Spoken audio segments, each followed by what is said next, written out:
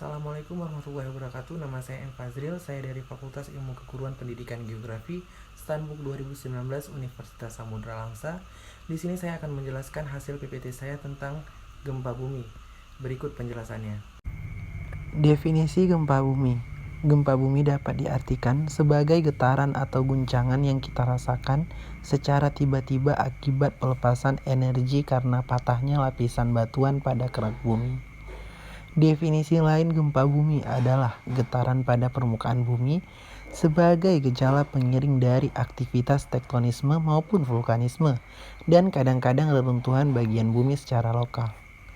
Gempa bumi juga bisa didefinisikan sebagai peristiwa berguncangnya bumi yang disebabkan oleh tumbukan antar lempeng bumi, patahan aktif gunung api atau runtuhan batuan. Pada waktu gempa terjadi, yang dapat dirasakan adalah getaran bumi tempat kita berada pada saat itu.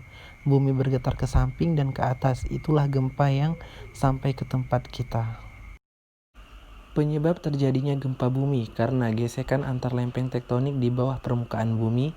Pergeseran ini mengeluarkan energi yang luar biasa besar dan menimbulkan guncangan di permukaan.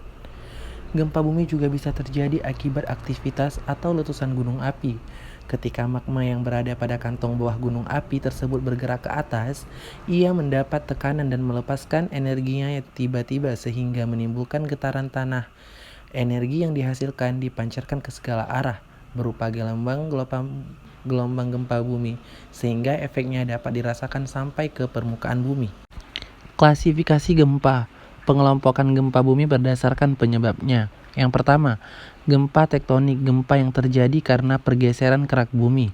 Daerah pertemuan dua lempeng merupakan sumber gempa tektonik terjadi. Yang kedua, gempa vulkanik, gempa yang terjadi di sekitar gunung api yang mengikuti gejala vulkanisme, yaitu menjelang letusan dan beberapa waktu setelah letusan pertama. Yang ketiga, gempa runtuhan, gempa yang terjadi karena adanya tanah yang runtuh. Misalnya runtuhan gua kapur atau gua pertambangan yang berada dalam tanah. Gempa ini hanya mencakup wilayah yang sempit. Pengelompokan gempa bumi berdasarkan bentuk episentrumnya. Gempa sentral memiliki epicentrum yang berbentuk titik. Yang kedua, gempa linear yang memiliki episentrumnya berbentuk garis. Pengelompokan gempa bumi berdasarkan kedalaman hiposentrum. Yang pertama, gempa bumi dalam. Kedalaman hiposentrum lebih dari 300 km di bawah permukaan bumi. Yang kedua, gempa bumi menengah. Kedalaman hiposentrum berada antara 60-300 km di bawah permukaan bumi. Yang ketiga, gempa bumi dangkal. Kedalaman hiposentrum kurang dari 60 km. Pengelompokan gempa bumi berdasarkan jarak epicentrum. Gempa sangat jauh, jarak epicentrum lebih dari 10.000 km. Gempa jauh, jarak epicentrum sekitar 10.000 km. Gempa lokal, jarak epicentrum kurang dari 10.000 km. Pengelompokan gempa bumi berdasarkan lokasi epicentrum. Yang pertama, gempa daratan, epicentrumnya di daratan. Yang kedua, gempa lautan, epicentrumnya di dasar laut. Gempa jenis inilah yang menimbulkan tsunami datang.